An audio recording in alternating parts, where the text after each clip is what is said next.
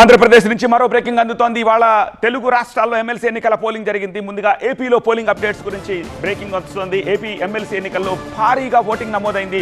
Uttarandhra teacher MLC ఎన్నికల్లో 92.39% polling నమోదైంది. ఏపీలో 2 పట్టభద్రులు 1 టీచర్ ఎమ్మెల్సీ స్థానానికి పోలింగ్ జరగగా కూటమి పీడీఎఫ్ అభ్యర్థుల మధ్య టగ్ ఆఫ్ వార్ నడిచింది. వచ్చే నెల 3న ఎమ్మెల్సీ ఎన్నికల కౌంటింగ్ జరగబోతోంది.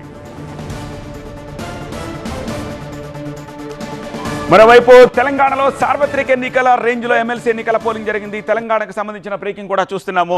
ఇక్కడి ఎమ్మెల్సీ ఎన్నికల్లో కూడా భారీగా పోలింగ్ శాతం నమోదైంది. వరంగల్ టీచర్ ఎమ్మెల్సీ స్థానంలో 93.55, ఏపీ కంటే కూడా ఎక్కువ పోలింగ్ నమోదైంది. తెలంగాణలో 2 టీచర్ 1 గ్రాడ్యుయేట్ స్థానంలో పోలింగ్ జరగగా పట్టభద్రుల ఎమ్మెల్సీ ఎన్నికల్లో కాంగ్రెస్ బీజేపీ అభ్యర్థుల మధ్య టఫ్ ఫైట్ నడిచింది.